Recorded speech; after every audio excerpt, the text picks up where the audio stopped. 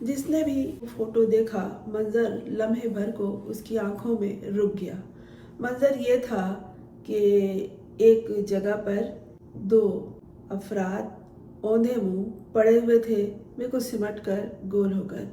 لگ رہا تھا کہ انہیں کہیں سے مار کے لا کے وہاں پھینک دیا گیا ہے یا وہیں پہ لے جا کے ان پہ ڈائریکٹ فائر کر دیا گیا ہے۔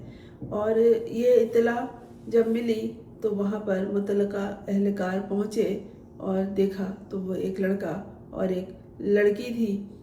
یہ کلفٹن کے ساحلی علاقے کی طرف یہ واقعہ ہوا تھا۔ ان دونوں نوجوانوں کا تعلق گجرانوالہ سے تھا۔ لڑکے کا نام ساجد اور لڑکی کا کیا نام، عورت کا نام صرف عورت ہی ہوتا ہے۔ کیا تذکرہ ہو اس حوالے سے کہ یہ پوری ایک کہانی اتنی خوفناک ہے کہ جیسے جیسے وقت گزرتا جا رہا ہے اس کی بھی بہت ساری باتیں سامنے آ رہی ہیں۔ لڑکے کا تعلق مسیحی گھرانے سے تھا اور اس نے اسلام قبول کر لیا تھا اور اس لڑکی سے انہوں نے نکاح کر لیا تھا، اور اپنی زندگی گزارنے کے لیے اور اپنی حفاظت کے لیے وہ کراچی چلے آئے تھے کہ کراچی جنگل جیسا شہر، کہیں ہم گمنام ہو کر اپنی زندگی گزار لیں گے۔ لیکن موت جہاں آنی ہوتی ہے اسی جگہ پہ آتی ہے، اور وہ زندگی سے چلے گئے۔ جب بات پھیلی سوشل میڈیا پر تو لڑکے کے گھر والوں نے یہ دیکھا کہ ان کا بیٹا اس حال تک پہنچ گیا ہے۔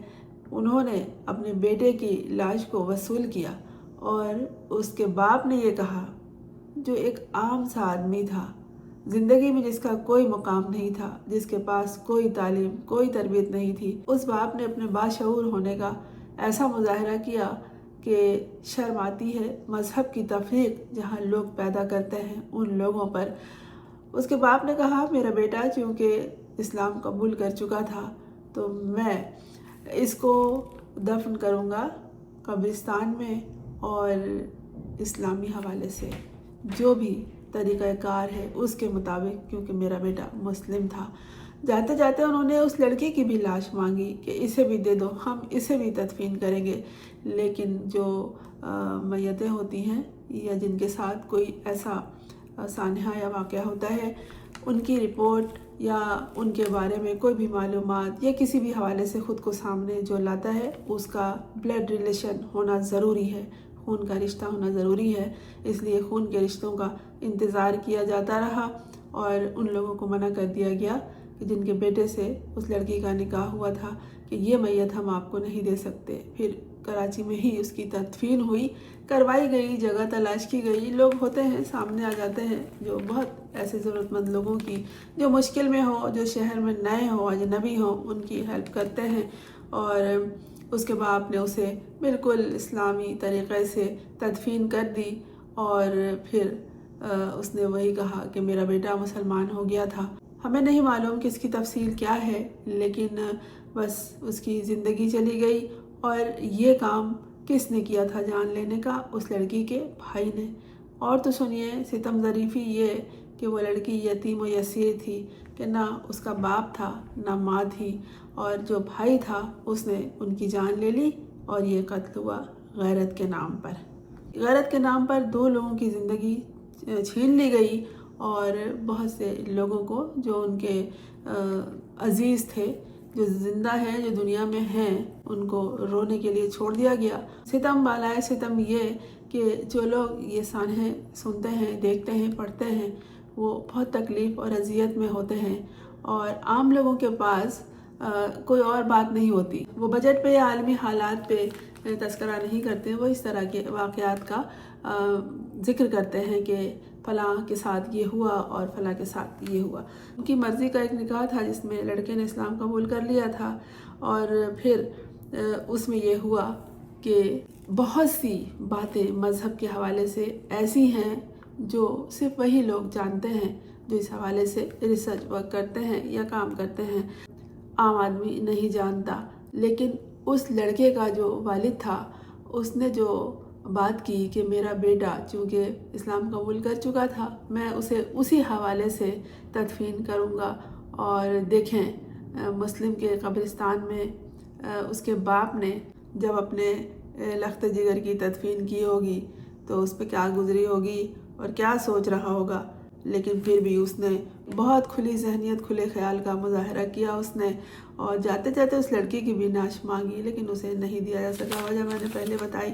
یہ جو واقعات ہیں، اور اس سے پہلے بانو کا کیس آپ کو یاد ہے، عالمی شہرت حاصل کی ہے، اور پھر ایک اور غیرت مند نکلا تھا، بہت بڑا بے غیرت، کہ ایک حافظ قرآن لڑکی تھی پنڈی کی، اس کو تکیے سے گلا دبا کے، اور اس پہ بھی یہ الزام تھا کہ اس نے نکاح پہ نکاح کر لیا ہے اور غیرت جاگ گئی، اور یہ اب کہانیاں بناتے ہیں۔ ایک بات یاد رکھیے گا کہ ہر لڑکی ہر عورت کو معلوم ہوتا ہے یہ کہ اس نے نکاح پہ نکاح نہیں کیا۔ 1,00,000 دفعہ گھروں میں عورتوں کو طلاقیں دی جا چکی ہوتی ہیں بات بات پر۔ عورتیں لڑکیاں جانتی ہیں کہ انہیں کتنی دفعہ طلاق کہہ دیا گیا ہے، اور یہ لفظ سننے کے بعد پھر وہ کیوں کسی کے ساتھ رہیں، اور جو ان میں ہمت ہوتی ہے وہ اتنا ہی کرتی ہیں۔ اگر کوئی راستہ مل جائے تو پھر وہ نکل جاتی ہیں۔ بہت طویل کہانی ہوتی ہے، کہہ دیتے ہیں آرام سے فلاں گھر سے بھاگ گئی۔ تو پاکستان میں ایک کے بعد ایک جو بہت سے بڑے غیرت مند نکلے، اور انہوں نے اپنی عورتوں کے ساتھ برا کر کے ان کی جان لے کے اپنے آپ کو غیرت مند ثابت کرنے کی کوشش کی۔ تو یہ جو یک کے بعد دیگرے قتل ہوئے ہیں عورتوں کے، یہ عالمی توجہ کا مرکز بن گئے ہیں۔ ایسے جرائم میں اگر سزا نہ دی جائے تو یہ جرائم اور بھی ہوتے ہیں۔ اب حد اس میں یہ ہوئی کہ یہ جس کا تذکرہ میں نے ابھی کیا کہ پنڈی کی اس لڑکی کو تکیے سے، حافظہ تھی وہ، اور 19 سال کی، گلا دبا دیا گیا اور اس کے منہ پہ تکیہ رکھ کے اسے مار دیا گیا۔ وہاں بھی یہ جرگہ ہوا تھا۔ اس جرگے کا جو سربراہ تھا آصف، اس نے عدالت میں حاضری کے وقت اپنا ٹک ٹاک بھی بنایا، اسے اپلوڈ بھی کیا۔ مطلب دیدہ دلیری دیکھیے کہ پتہ ہے کہ سزا کا تو کوئی تصور ہے ہی نہیں، اگر ہم نے کوئی غلط کیا ہے تو ہم چھوٹ جائیں گے۔ یہ خیال اتنا پختہ ہو گیا ہے کہ کوئی بھی جرم کرنے سے پہلے، یہ بہت بڑا جرم ہے کسی کو قتل کر دینا، کسی کی جان لے لینا، وہ بھی اپنے آپ کو غیرت مند کہہ کے، دوسرے کو غلط ثابت کر کے، دیدہ دلیری کے ساتھ لہراتے ہوئے موبائل۔ وہاں کوئی بھی نہیں تھا اسے روکنے والا۔ کہہ رہے ہیں کہ پولیس اہلکار بھی نہیں تھے کہ جو اسے روکتے۔ وہ عدالت جاتے ہوئے، عدالت کی راہداریوں سے گزرتے ہوئے اپنی ٹک ٹاک بنا رہا تھا۔ خود اس نے ثابت کر دیا کہ ہاں میں مجرم ہوں۔ تو یہ جو دیدہ دلیری ہے، اس سے وہ جاہل لوگ، وہ گنوار، وہ اجڑ لوگ اور حوصلہ پکڑیں گے کہ ہم بھی اس سے بڑے باغیرت ہیں، اور ہم عورتوں کو سزا دیں گے، اپنی ان عورتوں کو جو اس طرح کے کام کرتی ہیں اور غیرت ان کی جاگتی ہے۔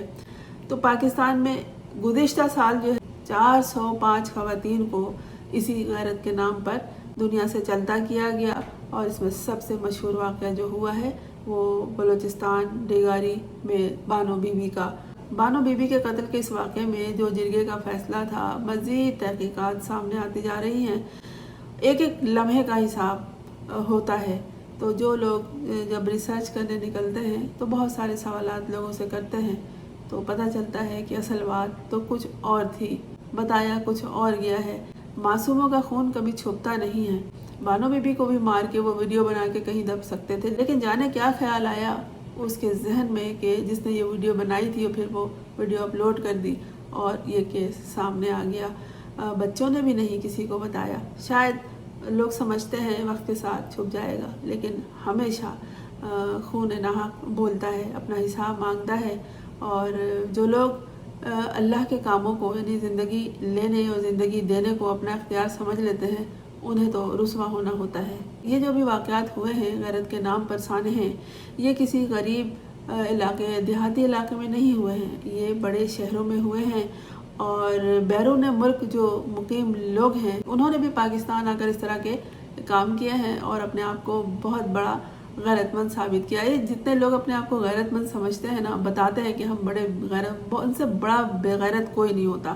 دنیا کی ترقی کے ساتھ ساتھ پاکستان میں عورتوں کو جان سے مارنے کے واقعات حد سے زیادہ بڑھتے چلے جا رہے ہیں۔ حقوق نسواں کے حوالے سے کام کرتے ہیں لوگ پاکستان میں، ان سے باز پرس کی جاتی ہے، ان سے سوال کیا جاتا ہے، ان سے وجہ پوچھی جاتی ہے کہ آپ لوگ کیا کرتے ہیں، کہ آپ کی عورتیں کسی طرح بھی محفوظ نہیں ہیں۔ ان تمام عورتوں کے کیس کا جب جائزہ لیا گیا تو انہوں نے اپنی جان دی ہے دوسروں کو بچانے کے لیے۔ بانو بی بی نے اپنے بھائی کو بچانے کے لیے اپنی جان دے دی تھی، اسی طرح چل کے گئی